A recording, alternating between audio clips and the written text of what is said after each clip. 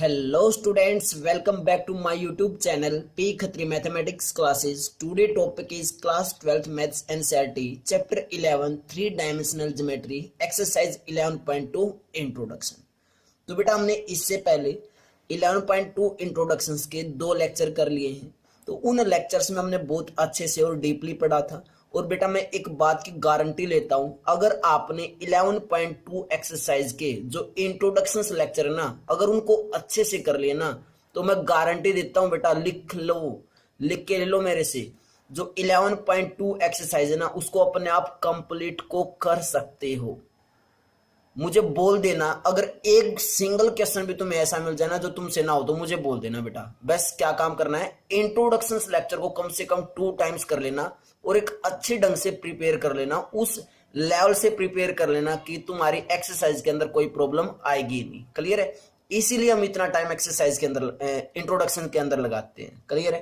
तो जो आज का हमारा टॉपिक है, इस एक्सरसाइज का लास्ट टॉपिक है क्या, shortest distance between two lines. Means जब भी दो लाइन्स होंगी तो शॉर्टेस्ट डिस्टेंस कैसे निकाला जाए उन दो लाइन्स के बीच में। क्लियर है?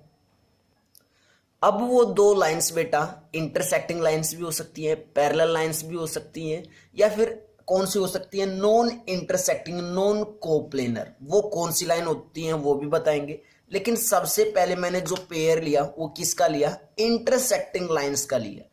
अगर इंटरसेक्टिंग लाइन्स होंगी तो शॉर्टेस्ट डिस्टेंस क्या निकालेंगे? अरे बेटा, अगर इंटरसेक्टिंग लाइंस हो चुकी हैं तो शॉर्टेस्ट डिस्टेंस क्या हुआ, 0 हुआ ऑब्वियसली, क्योंकि क्या हो चुकी है, ये क्या हो चुकी है, इंटरसेक्टिंग हो चुकी है। मान लेते हैं लाइन क्या हमारे पास L1, ये लाइन कौन सी है, L2 है, और हम क्या कर रहे हैं, क्या पढ़ रहे हैं, shortest distance between two lines. तो क्या इन दोनों के अंदर शॉर्टेस्ट डिस्टेंस निकालेंगे? दोनों इंटरसेक्टिंग लाइंस है तो बेटा शॉर्टेस्ट डिस्टेंस कितना हुआ, ऑब्वियसली 0 हुआ। तो फर्स्ट केस हमारा क्या है, इंटरसेक्टिंग लाइंस का है, इंटरसेक्टिंग लाइंस। दैट्स क्लियर बेटा। और इंटरसेक्टिंग लाइंस में अगर मैं लिखूं शॉर्टेस्ट डिस्टेंस, किसे डिनोट कर रहा हूं, SD से, वो कितना होगा, 0 होगा। That's clear. ये हमारा क्या है, फर्स्ट केस है। अब आते हैं सेकंड केस पे। अगर लाइंस इंटरसेक्टिंग ना हो, मीन्स कैसी मिल जाए हमें, पैरेलल लाइंस मिल जाए, तो शॉर्टेस्ट डिस्टेंस कैसे निकालेंगे? मान लेते हैं हमारे पास ये L1 लाइन है, ये L2 लाइन है, बिल्कुल प्रॉपर काम करते हुए चलेंगे बेटा। ठीक है? ये लाइन क्या हमारे पास L1 और ये लाइन क्या हमारे पास L2, और ये दोनों ही कैसी लाइंस है, parallel lines, means L1 parallel है किसके, L2 के। तो शॉर्टेस्ट डिस्टेंस कैसे निकालें? तो सबसे पहले तो बात बेटा, अगर L1 L2 के पैरेलल है तो डिस्टेंस चाहे कहीं से निकाल लूं, सेम रहेगा। क्या रहेगा, डिस्टेंस से सेम, मीन्स हमें ये निकालना है, ये वाला डिस्टेंस। कब, जब कैसी है लाइंस, पैरेलल लाइंस है, पैरेलल लाइंस। तो हम इसके बारे में पढ़ेंगे कि जब लाइंस पैरेलल हो तो शॉर्टेस्ट डिस्टेंस कैसे निकाला जाता है, क्योंकि कुछ ना कुछ क्या आया, डिस्टेंस आया ना, तो ये कैसे निकाला जाएगा ये डिस्टेंस, वो हम यहाँ पे पढ़ने वाले हैं। क्लियर है? उसके बाद एक थर्ड टाइप होती है, एक थर्ड टाइप होती है, कौन सी होती है वो थर्ड टाइप, वो देख लेते हैं कौन सी होती है, non intersecting. Non intersecting means वो इंटरसेक्टिंग लाइंस नहीं होंगी, और साथ में non coplanar, non coplanar lines. Clear है? मैं इसका फिगर बनाता हूं बेटा 3D में। वैसे तो बेटा नॉन इंटरसेक्टिंग और नॉन कोप्लेनर लाइंस को 2D पेपर पे समझाना बहुत ही मुश्किल है, लेकिन हमारे पास कोई 3D का सोर्स नहीं है, इसलिए 2D पे ही हम इसको समझेंगे और ये कैसी लाइंस होती हैं वो भी सीखेंगे। और साथ में बोल रहा हूं बेटा मैं क्या, कि जो नॉन इंटरसेक्टिंग और नॉन कोप्लेनर लाइंस होती है, कैसी लाइंस भी होती हैं, इनको हम स्क्यू लाइंस भी बोलते हैं। देखते हैं बेटा, फिगर के साथ देखते हैं एक बार। हम कौन सी लाइंस की बात कर रहे थे बेटा, non intersecting and non coplanar. Non coplanar का मीन्स है जो एक ही स्पेस में ना हो, ऐसी लाइंस जो एक ही स्पेस में ना हो। तो कैसे, देखो हमने 3D में एक फिगर बनाया है, x axis, y axis and z axis, और उसमें मैंने तुम्हारे सामने क्या रखा है कि क्यूब रखा है। क्लियर है? तो सबसे पहले मैं यहां से समझाने की कोशिश करूंगा बेटा, इस 3D स्ट्रक्चर से कि नॉन इंटरसेक्टिंग और नॉन कोप्लेनर लाइंस कौन सी होती हैं, जो ना तो इंटरसेक्टिंग होती हैं और ना ही पैरेलल होती हैं। तो वो कैसी होती है मैं यहाँ से तुम्हें थोड़ा सा क्लियर करने की सोचूंगा बेटा।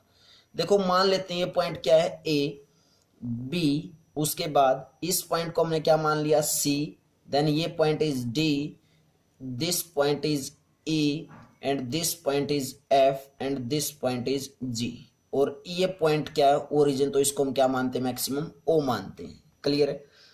तो मैंने दो लाइंस ड्रॉ की, कहाँ कहाँ से ये लाइंस मैंने ड्रॉ करने की कोशिश की है।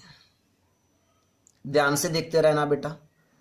ये लाइंस मैंने एक यहां से ड्रॉ कर दी और एक लाइन यहां से ड्रॉ कर दी।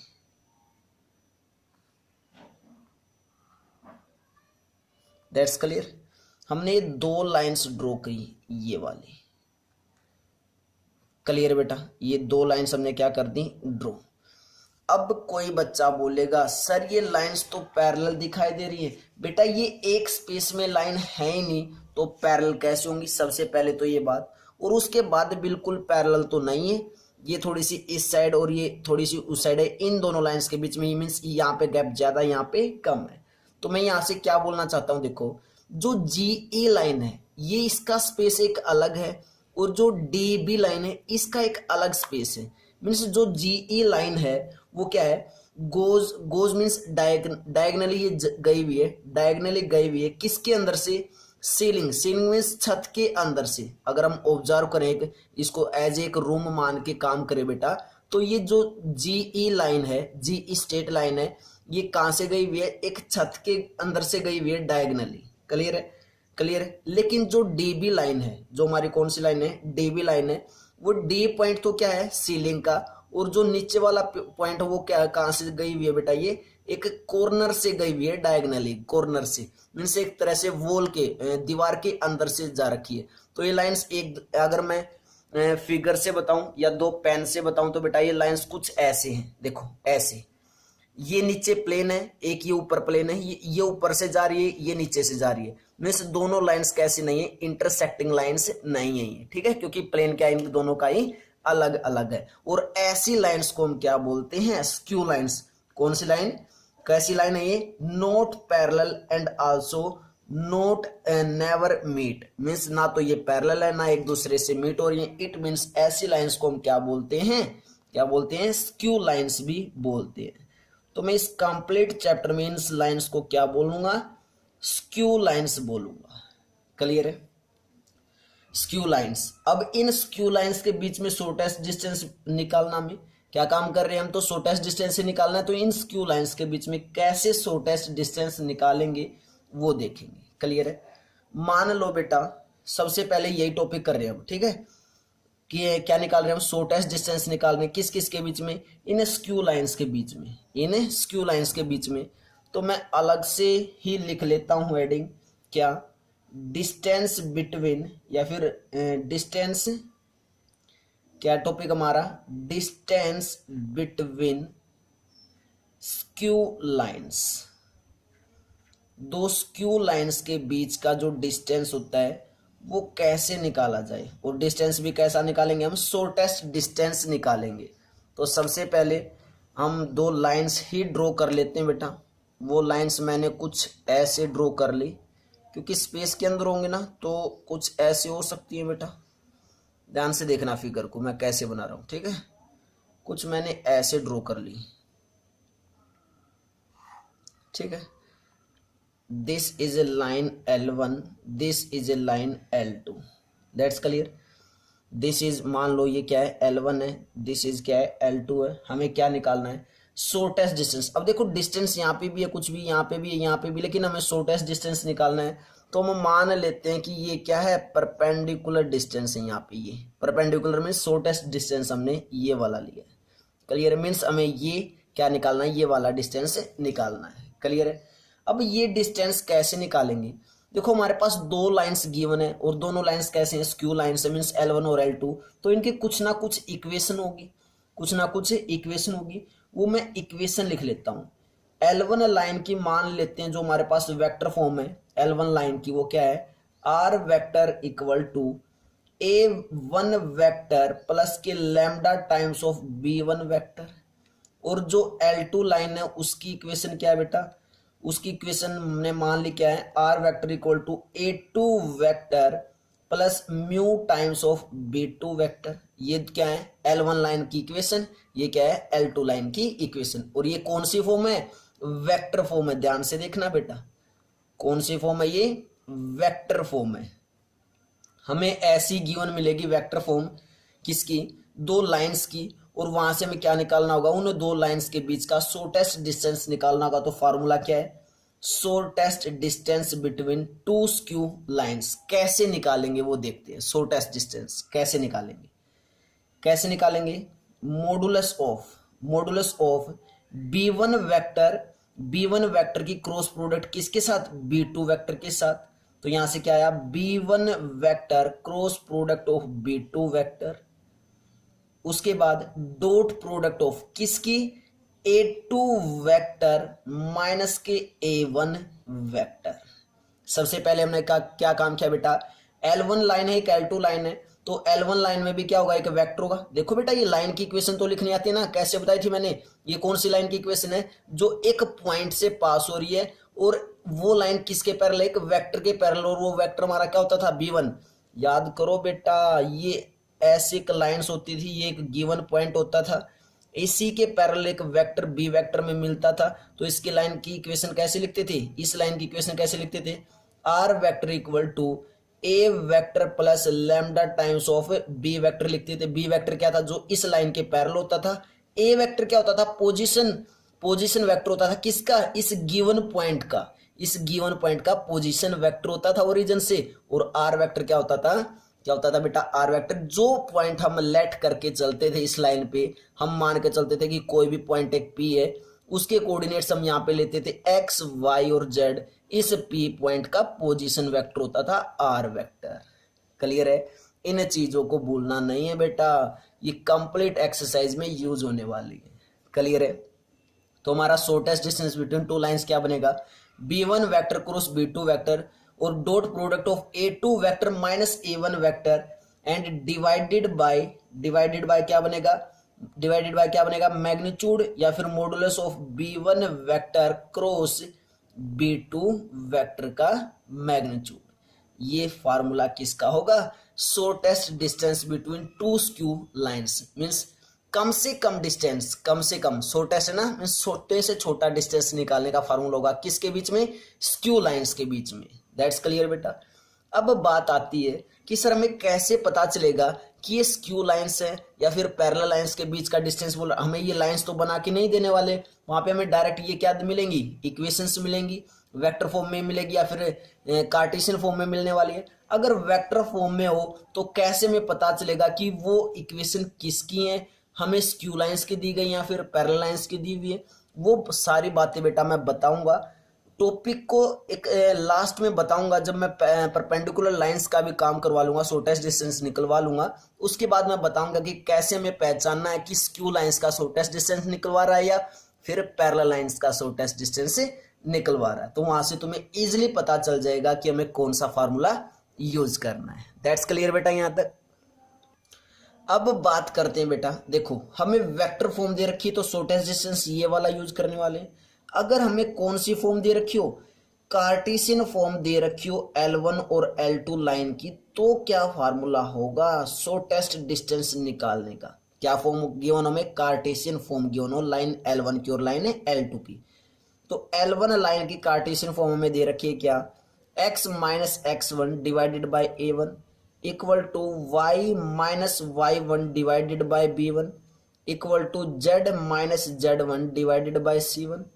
और L2 लाइन की क्या है इक्वेशन, क्या है, x minus x2 divided by A2 equal to y minus y2 divided by B2 और equal to z minus z2 और डिवाइडेड बाई C2। ये हम पढ़ चुके बेटा कार्टेशियन फॉर्म लाइंस की L1 और L2 की ऐसी। क्लियर है। अब यहां से अगर हमें शॉर्टेस्ट डिस्टेंस निकालना और कौन सी फॉर्म दे रखी है, हमें कार्टेशियन फॉर्म दे रखी, तो कौन सा फार्मूला होगा जो शॉर्टेस्ट डिस्टेंस बता दे दो स्क्यू लाइंस के बीच में। क्लियर है? तो क्या होगा बेटा, शॉर्टेस्ट डिस्टेंस का formula S D, S D mean shortest distance. क्या होगा यहाँ पे, मैं इसको मॉडुलस नहीं बोलूंगा, क्या बोलूंगा, डिटरमेंट। डिटरमेंट ऑफ किसका, डिटरमेंट किसका, डिटरमेंट चेक कर लो किसका determent, x2 minus x1, y2 minus y1 और z2 माइनस z1। और यहाँ पे सेकंड रो में क्या आएगा, a1 b1 और c1। थर्ड रो में क्या आने वाला है, a2 b2 c2। ध्यान रखना मैं इसको क्या बोल रहा हूं, डिटरमेंट बोल रहा हूं। डिटरमेंट सोल्व करना आता है ना, सेम वही डिटरमेंट बोल रहा हूं। और डिवाइडेड बाय क्या आएगा, डिवाइडेड बाय क्या आएगा, अंडर रूट ऑफ, क्या आएगा बेटा, divided by under root of b1 c2 minus b2 c1 और इसका square plus c1 c2 minus के c2 c1 sorry a1 complete का स्क्वायर, उसके बाद प्लस a1 b2 माइनस के a2 b1 और उसका भी स्क्वायर, और ऊपर क्या चला हुआ है, कंप्लीट के स्क्वायर रूट। अब डरना नहीं बेटा, ये मत सोचना सर इतना बड़ा फार्मूला कैसे याद होगा, बिल्कुल इजी है। इस फार्मूले को मैं किसकी हेल्प से निकालने वाला हूं, जो स्टैंडर्ड शॉर्टेस्ट डिस्टेंस निकाला था हमने किसका, वेक्टर फॉर्म वाली लाइंस का, उसी से इस फार्मूले से मैं इस फार्मूले को जनरेट करूंगा। मैं बेटा जब भी इस चैप्टर को करता हूं तो मैं कभी भी कार्टेशियन फॉर्म वाले फार्मूले याद नहीं करता। क्यों नहीं करता, क्योंकि बेटा मैं उन सभी फार्मूले को किस फॉर्म से निकालने वाला हूं, वेक्टर फॉर्म वाले से, जो वेक्टर फॉर्म का फार्मूला था उससे निकालता हूं। क्लियर है? तो हमारे पास फार्मूला क्या है, x2 minus x1, y2 minus y1, z2 minus z1, a1 b1 c1, a2 b2 c2। इसका पहले डिटरमिनेंट सोल्व करेंगे और देन नीचे क्या आ जाएगा, under root of b1 c2 minus b2 c1। अब चेक कर लो क्या है, देखो b1 c2 माइनस के b2 c1 का स्क्वायर प्लस c1 a2 आना चाहिए था आई थिंक। यहाँ पे क्या है चेक करो एक बार, c1 c2 माइनस के c2 a1 मीन्स यहाँ पे क्या आना चाहिए था, c1 a2 आना चाहिए था। c1 a2 माइनस के c2 a1 का square plus a1 b2 minus के a2 b1 और कंप्लीट का स्क्वायर, और कंप्लीट का क्या भी है, अंडर रूट भी है। इस फार्मूले को मैं बताता हूं ऊपर वाले फार्मूले से कैसे जनरेट हुआ। Then before that pause the video, note it down.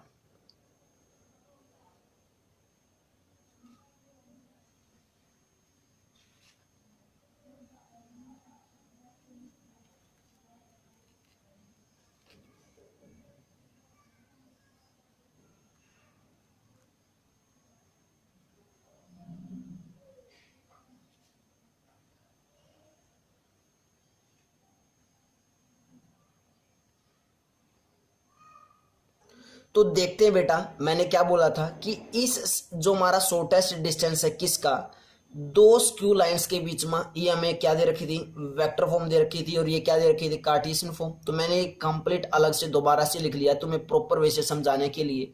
और मैंने बताया था कि इसी फार्मूले से हमने ये वाला फार्मूला निकाला है, कौन सा, जो कार्टेशियन फॉर्म वाला है, शॉर्टेस्ट डिस्टेंस निकालने का। क्लियर है? कैसे निकाला है, कैसे याद रखना है, इतना मुश्किल नहीं है बेटा याद रखना। मैं बता भी देता हूं कैसे इस फार्मूले से ये फार्मूला जनरेट हुआ है। देखते हैं, बिल्कुल इक्वल है दोनों फार्मूले बेटा, बस डिफरेंस क्या है, अगर हमें कार्टेशियन फॉर्म दे रखी है तो a1 b1 c1 a2 b2 c2, ये क्या होती थी हमारी डायरेक्शन से रेशोज होती थी किसकी, b1 वेक्टर की, ये b2 वेक्टर की। फिर x2 माइनस x1, ये ऊपर वाले, ये x2 ये x1, y2 y1 z2 z1। तो ये डायरेक्ट वैल्यूज हैं, तो हमें डायरेक्ट पुट करने और आंसर निकाल देना है। ठीक है? लेकिन कैसे रिलेटेड है ये, कैसे इस फार्मूले से ये फार्मूला है वो देखते हैं। तो बेटा मैंने सबसे पहले L1 और L2 लाइंस की हमें क्या थी, वेक्टर फॉर्म गिवन थी। तो ये B1 वेक्टर कैसा होगा, यही तो मानते थे, A1 I cap plus B1 J cap plus C1 K cap. याद करो बेटा, जब भी लाइंस कोई भी एक लाइन एक पॉइंट से पास हो रखी है और वो लाइन जब एक वेक्टर के पैरेलल होती थी तो उस लाइन की इक्वेशन लिखते थे, वो ऐसे आती थी। तो ये b1 वेक्टर क्या होता था, lambda times of b1 vector क्या होता था, जो वेक्टर में गिवन होता था, और वो वेक्टर जो गिवन होता था उसके आई कैप का कंपोनेंट, जे कैप का कंपोनेंट, के कैप का कंपोनेंट ऐसे ही लेते थे। सेम ऐसे ही ये सेकंड लाइन की क्या है, वेक्टर फॉर्म में दे रखी है, तो ये B2 वेक्टर कुछ ऐसा ही होगा।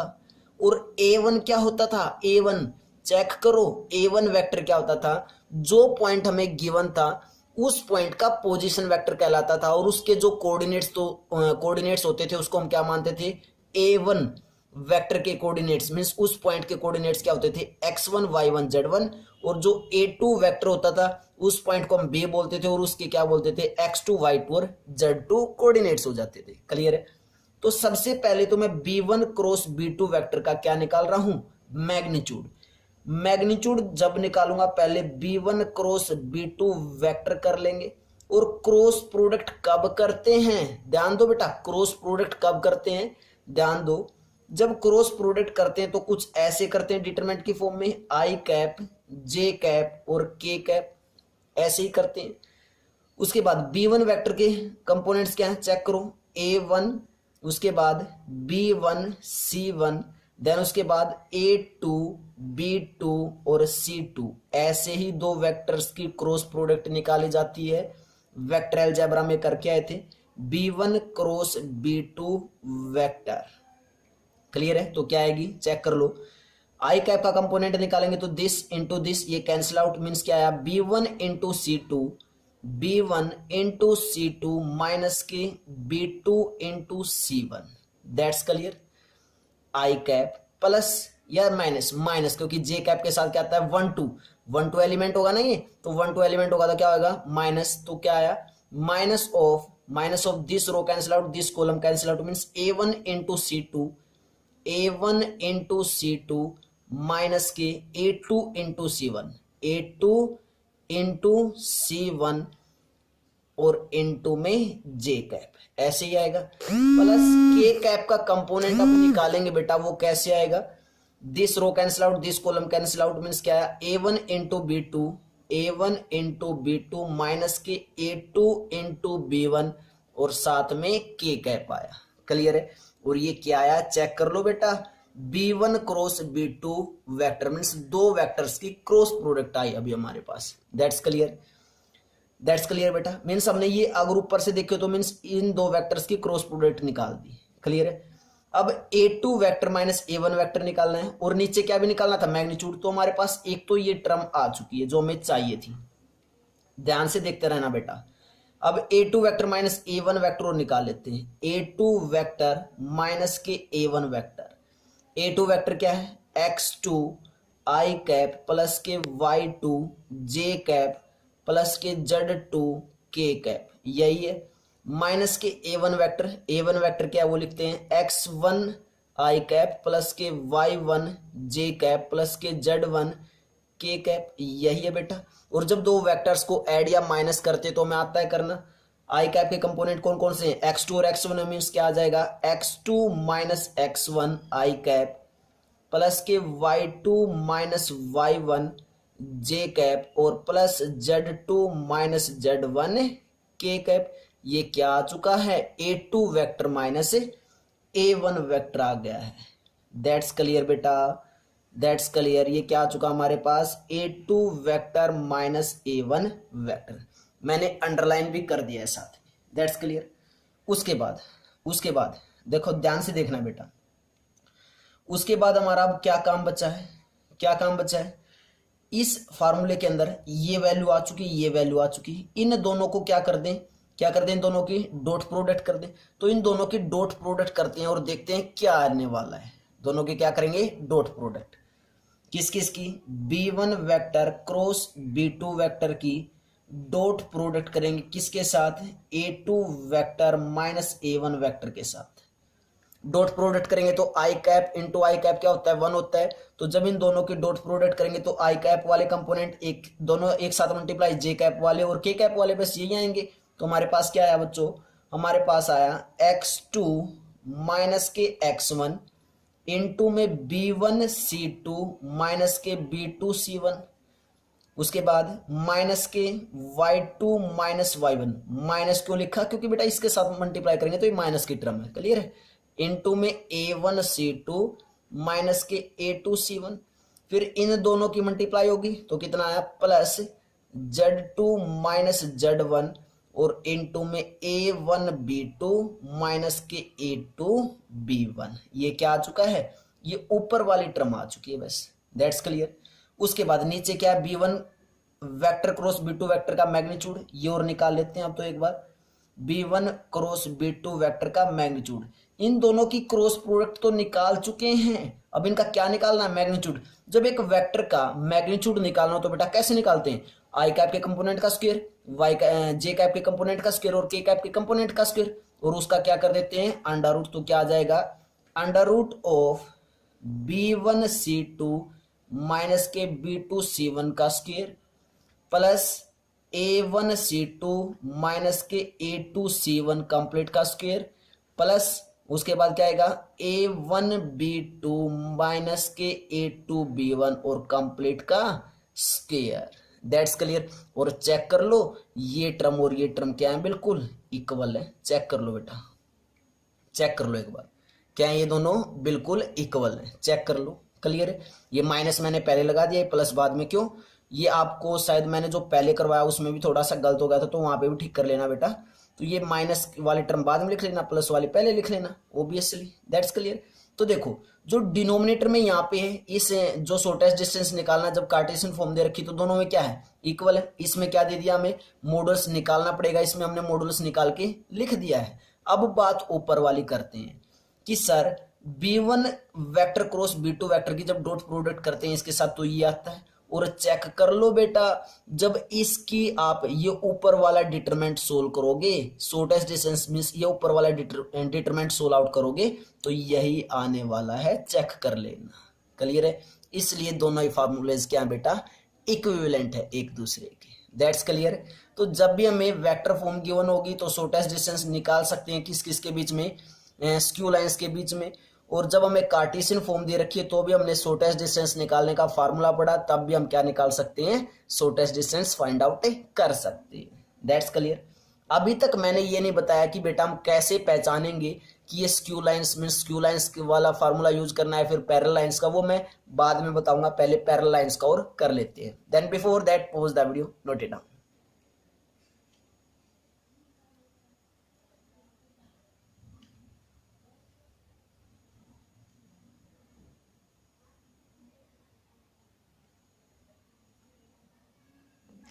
अब बात करते हैं बेटा shortest distance between two lines means कब, जब पैरेलल लाइंस है तो शॉर्टेस्ट डिस्टेंस यही होगा। मींस पैरेलल लाइंस है तो बेटा L1 और L2 कैसी लाइंस हैं, पैरेलल लाइंस हैं, तो शॉर्टेस्ट डिस्टेंस मींस परपेंडिकुलर यही वाला होगा।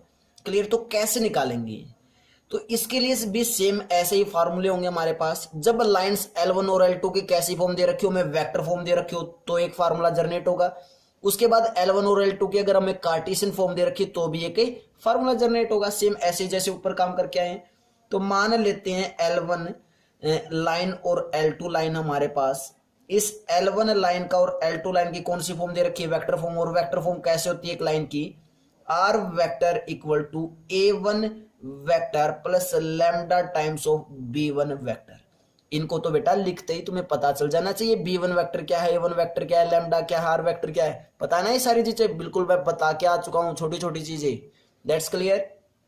उसके बाद L2 लाइन की जो इक्वेशन वो क्या है, A2 वेक्टर प्लस के म्यू टाइम्स ऑफ या फिर बेटा B1 वेक्टर यहाँ पे लिख लो, या इसी को B1 मत बोलो, B वेक्टर बोल दो। यहाँ पे मैंने क्या लिखा, B वेक्टर।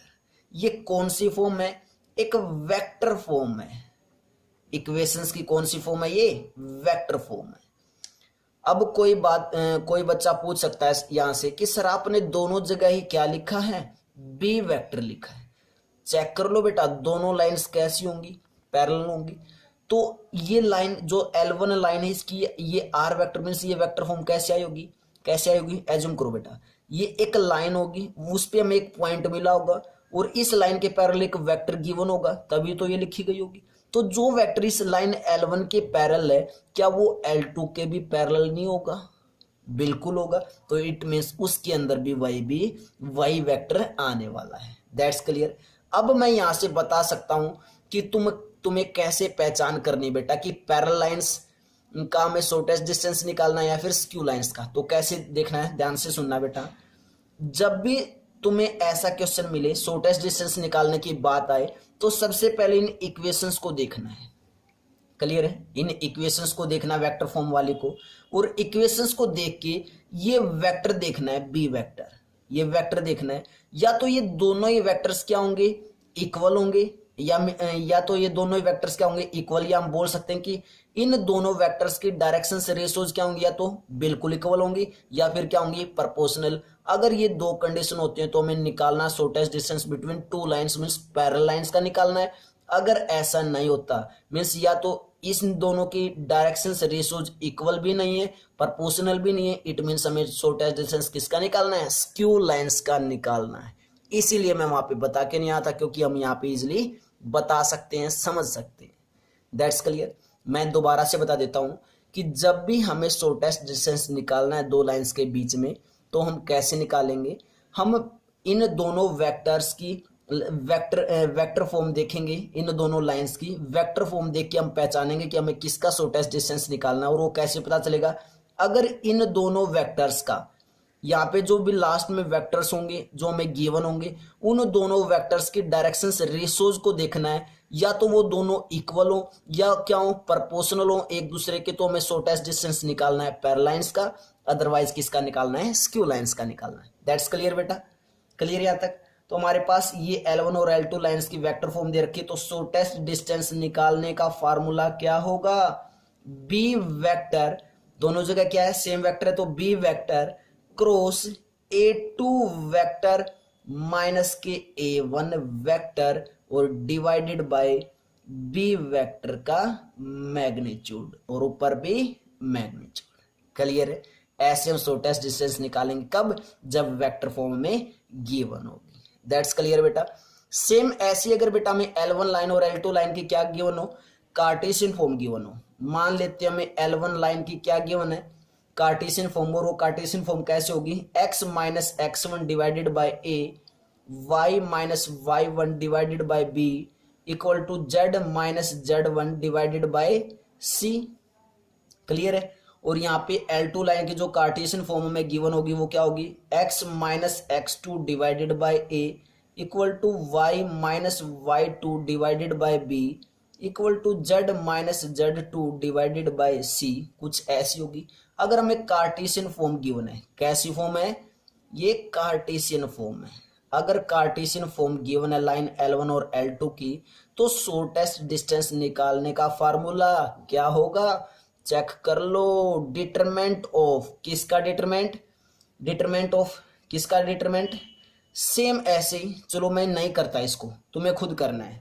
शॉर्टेस्ट डिस्टेंस कब निकालना हो, जब दो लाइंस पैरेलल और कार्टेशियन फॉर्म गिवन हो, तो शॉर्टेस्ट डिस्टेंस क्या होगा वो तुम्हें खुद बताना। और वो कैसे बताओगे, कैसे बता पाओगे बेटा, जैसे हमने पिछले वाले में किया था, सेम ऐसे इसको जनरेट करना है। क्लियर है? तो बताना मुझे जनरेट करके, इस फार्मूले को सोल्व आउट करके बताना कि इसका क्या फार्मूला आने वाला है। क्लियर बेटा?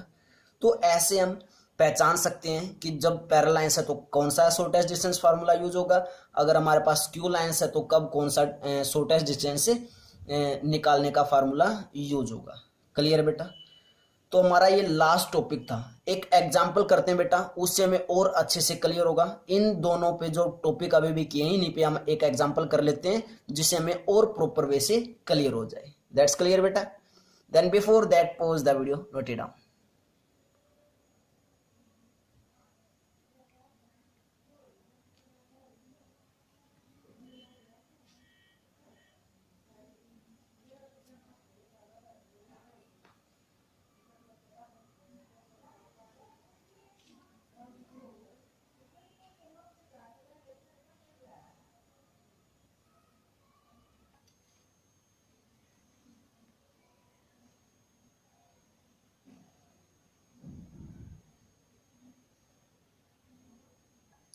तो देखते हैं बेटा एग्जाम्पल, जो भी हमने काम किया उसी पे बेस्ड एग्जाम्पल है। क्या है, shortest distance between two lines, means दो लाइंस के बीच का शॉर्टेस्ट डिस्टेंस निकालना है। डायरेक्ट हमें क्या दी गई है, वेक्टर फॉर्म दी गई है। मान लेते हैं ये L1 लाइन की है, ये L2 लाइन की है, हमें वेक्टर फॉर्म गिवन है दोनों ही एग्जाम्पल्स में, तो हमें शॉर्टेस्ट डिस्टेंस निकालना है।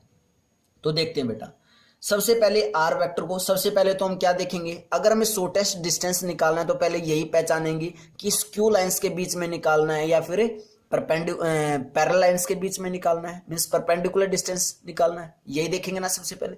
तो वो कैसे चेक करेंगे वो मैंने बताया था। जो हमारा लैम्डा के साथ वेक्टर होता है या फिर म्यू के साथ जो वेक्टर होता है वो कौन सा होता है, b1 और b2, यही बोलते हैं। तो सबसे पहले इनकी डायरेक्शन से रेशोज को देखना है। b1 की क्या है 2 - 1 1, b2 की क्या है 3 - 5 2।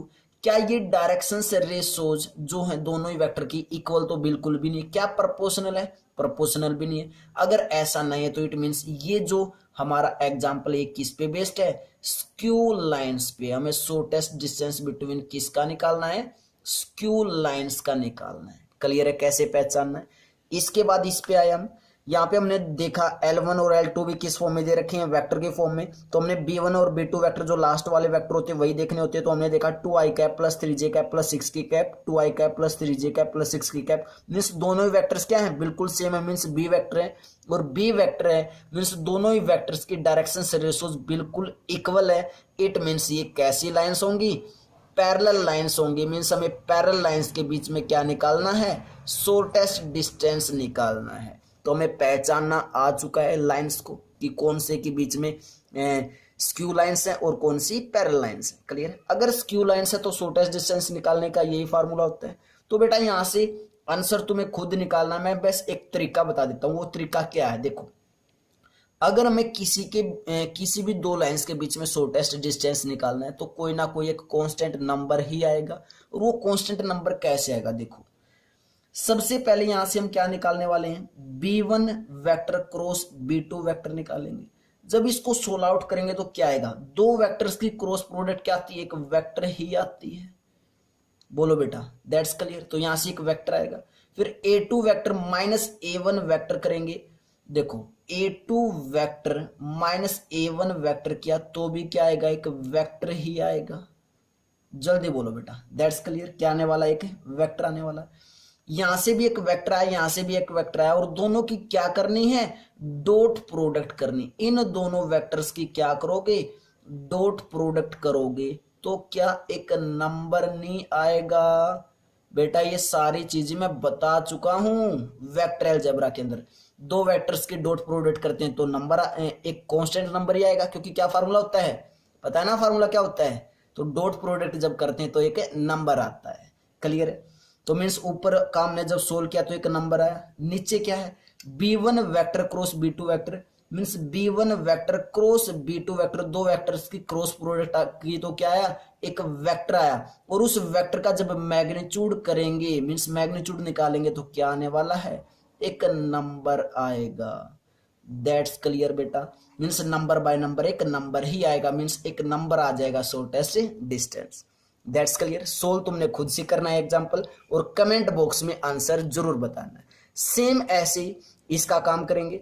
बी वेक्टर ये होगा a2 vector minus a1 vector. अगर मैं यहां से देखूं, देखो बी वेक्टर क्या है, एक वेक्टर ही होगा, बिल्कुल होगा, वेक्टर है तो वेक्टर ही होगा बेटा ऑब्वियसली।